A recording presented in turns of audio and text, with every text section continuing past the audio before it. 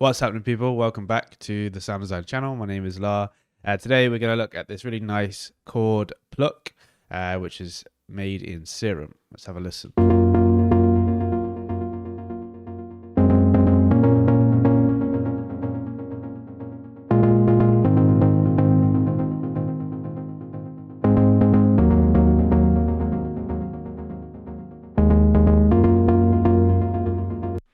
Really, really nice sound. The thing about this sound, and this is something I feel like I say it quite often, but it's very simple, and what's making it so nice is these lovely chords that we have here.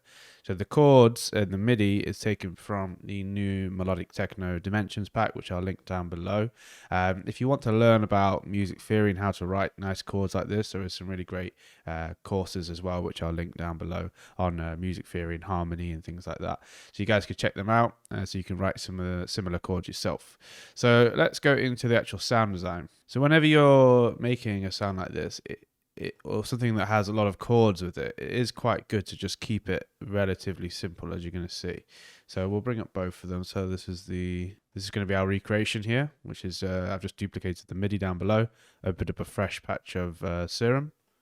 Make sure I'm not in the way there. Yeah, so we're going to start from here, but this is the sound design here, and as you can see, the sound itself is taken from the Melodic Techno Dimensions pack. It's this one here called Francois. I think the sound was made by Francois, who is the guy one of the founders of Production Music Live. I think he probably made the patch and the chords. So that's why it's named Francois. So yeah, you can see if you've been doing sound design for a while, you'll see that it's actually nothing too complex. It's just a simple kind of sawtooth with a little bit of a nice plucky envelope and a bit of reverb and delay. Nothing too crazy. But yeah, let's make it from scratch. So what we want to do is we want to do the oscillators first. This is what you kind of want to do every time you're making a sound, is you want to start with the oscillators. We put it on basic mini, which is just like a bit of a more tamer version of the waveform, so they're a little bit more subtle. And then we're going to change this to bend. So this is going to be, this window here is how you can morph the waveform, so you can change it a little bit, as you can see here. We're not going to change it by much, just to like 35%, something like that. And that's it. We're not going to do anything else. Oh, we're just going to drop it down an octave. Sorry. So yeah, one other thing. We'll filter it, and then we'll have a listen. All right, so you can hear that the tone is pretty much there. We need to filter it down a little bit more and make the filter stronger. So you can flick through these different filters, and we're going to have it on this MG Low 18, so it's a little bit stronger. You can see changes the strength of the filter. So yeah, MG Low 18. We can add a bit of drive, not much, just a little bit. And we're also going to do a bit of modulation on this filter with the note. So this is, as we're working up and down the keyboard, it's going to open the filter up more or close it more. So this is a really good way of having the MIDI or the melody react with the synth. It's important that you do this. Okay.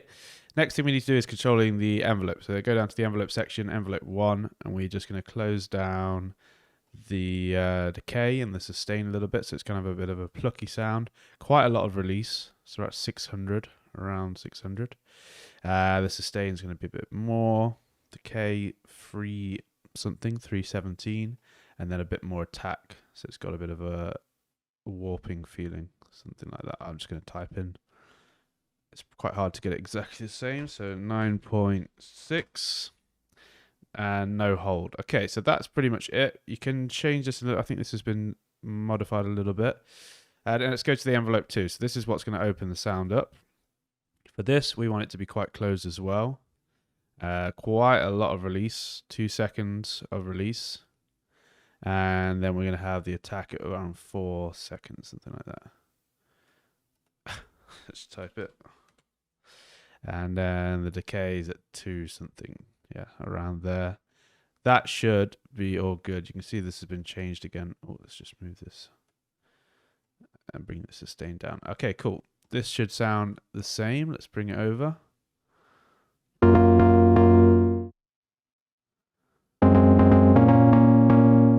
Yeah, I think I might have this note a little bit big. Let's just make it, yeah, it's a bit too big. There we go. Okay, now let's add some effects. This is super simple. You literally just need to turn on the delay and the reverb, and then change this to a plate rather than a hall.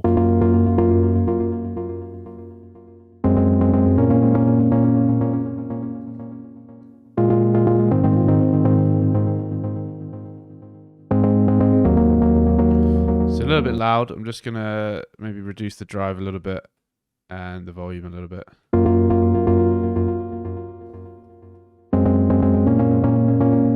All right, let's have a listen to the other one, see if there's anything different. Yeah, there's something with the envelopes. Let's just make sure that we're getting it the same. It might be the envelopes or just the amount that I'm opening up. It's probably the, yeah, it's probably the filter. You can see that the filter on this one is a little bit more close. So we'll go to the exact same just to make sure it's right. 63. I think I can double click it. 63. And now I need to open up the envelopes a bit more. So we're going to open this to 29 around here. There we go. And the note, we can get that so it's the same as well. 19. Obviously, you can play around with these for how much you want it to be open and closed and things like that. All right, so that pretty much wraps it up for this sound design tutorial. I hope it was helpful for you guys and educational. If it was, let us know in the comments. Please leave a like on the video to help with the algorithm and subscribe to the channel if you haven't already so you don't miss out on any more of our content. As always, guys, if you want to check out any of the links down below, that's how you can get all of our best sound design and music theory and courses. So I highly recommend that you check them out. Cool. Thank you very much, guys. Catch you in the next one.